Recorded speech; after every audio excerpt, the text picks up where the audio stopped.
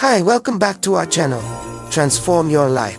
The 5 spiritual powers, what most people call, power Buddhists call cravings.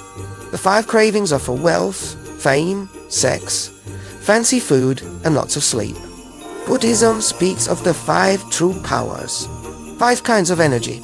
The 5 powers are faith, diligence, mindfulness, concentration, and insight. These 5 powers are the foundation of real happiness. 1. The power of faith. The first source of energy is faith. When you have the energy of faith, you are strong. The word faith is better translated as confidence and trust because it is about something inside you and not directed towards something external. Faith is having a path that leads you to freedom, liberation, and the transformation of afflictions. If you have seen the path, if you have a path to go on, you have power. Those who have no path wander around. They suffer. It gives you strength and energy that other people can feel. When you have faith, your eyes are bright and your steps are confident. This is power. If we look carefully, we can see that the energy of awakening, compassion, and understanding is already there inside us. Recognizing these energies as an inherent part of your very being, you will have confidence in these energies. And if you know how to practice, you can generate these energies to protect yourself and to succeed in what you want to do. 2. The power of diligence. The second kind of power is diligence. You are capable of coming back to your best and highest self, but you must maintain this practice. Don't allow yourself to get distracted and forget to practice. If you practice sitting meditation every day, walking meditation every day, mindful breathing every day, mindful breathing, eating every day, your practice is nourished steadily, continuously, and this is the second source of power. There are 4 aspects of diligence. The first 2 aspects of diligence concern taking care of negative seeds. The third and fourth, take care of nourishing positive seeds. 1. When negative emotions haven't manifested in your mind, you don't give them a chance to manifest. Buddhist psychology. We describe our consciousness as having 2 layers, 2 levels. Mind consciousness is our normal waking mind. Store consciousness is our unconscious mind. Store consciousness is like the land, the ground, with many seeds preserved in it. In our store consciousness, there are seeds of joy, forgiveness, mindfulness, concentration, insight, and equanimity. But there are also seeds of anger, hate, despair, and so on. All these seeds are kept by our store consciousness. One of the functions of store consciousness is to maintain these seeds. When a seed is watered in our store consciousness, it manifests as an energy in our mind, consciousness, and becomes a mental formation. For example, you have a seed of anger, but when the seed of anger is asleep, dormant in your store consciousness, you don't feel angry. However, when the seed is touched, when it is turned on, it becomes a mental formation called anger, and you feel the energy of anger arise. We all have a seed of anger, a seed of despair, and a seed of jealousy in us. If you live in a negative environment, the environment can trigger these seeds. If you live in a positive environment, then the seeds of craving, violence, hate, and anger are not touched, not watered easily. You should not allow other people around you to touch these seeds, and you should not allow yourself to water them. Diligence here means the practice of selective watering. You need diligence to practice this, and you may need a community or group of friends with similar values to help you create a good environment. You can encourage your partner, your children, and your friends to help you protect yourself. Protect your kids by creating an environment where they don't have to be in touch with things that water their negative seeds. Turn to 1. The second aspect of diligence is calming and replacing negative seeds that do manifest in your conscious mind.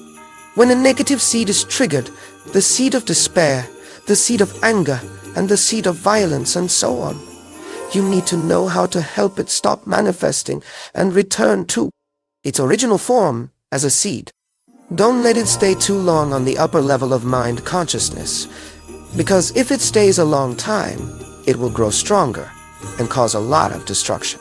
You recognize it, you smile to it, and you invite something nicer to cup and replace it.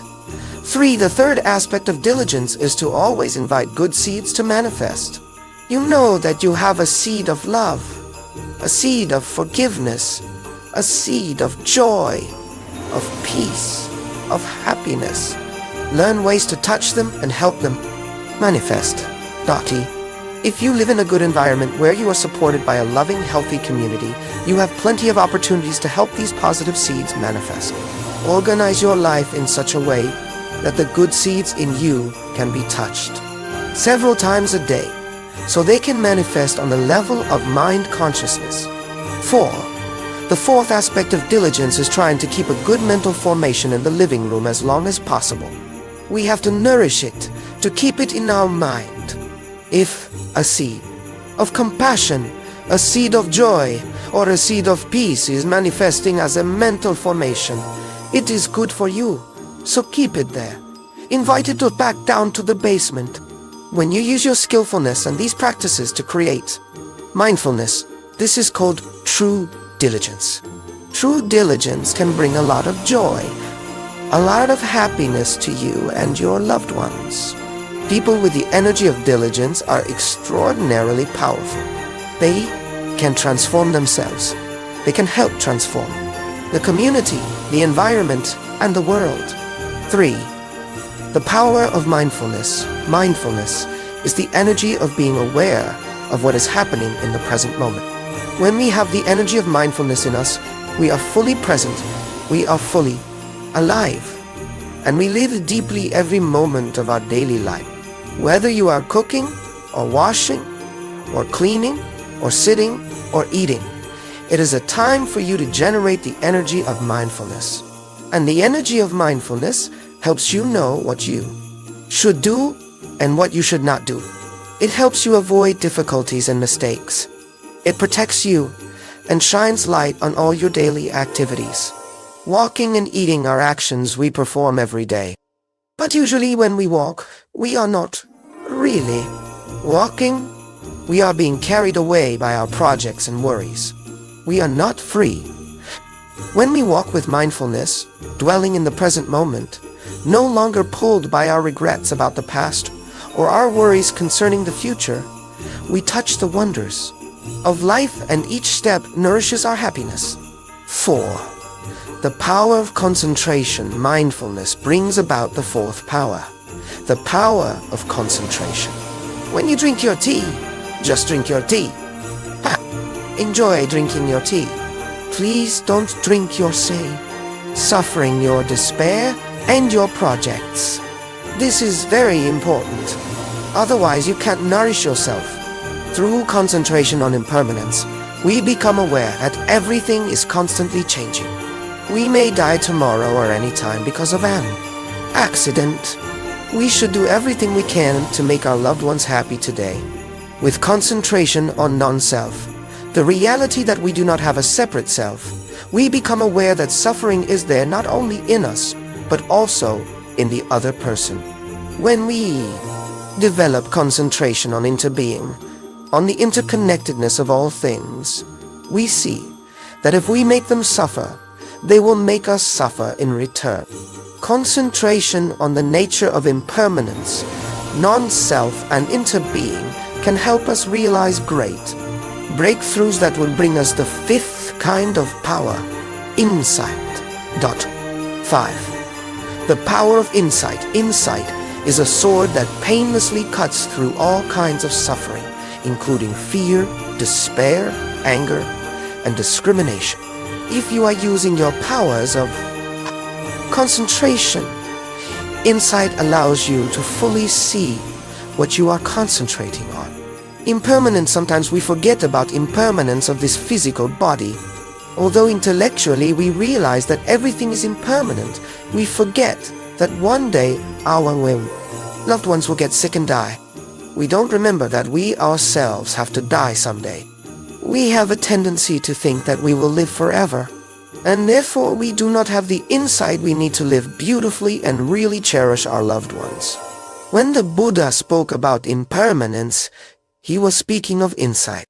He was not pessimistic, only reminding us that life is precious, that we have to treasure every moment of life. With this kind of insight, we don't allow ourselves to be carried away by despair, anger, or negativity, because our insight tells us exactly what to do and what not to do to change the situation.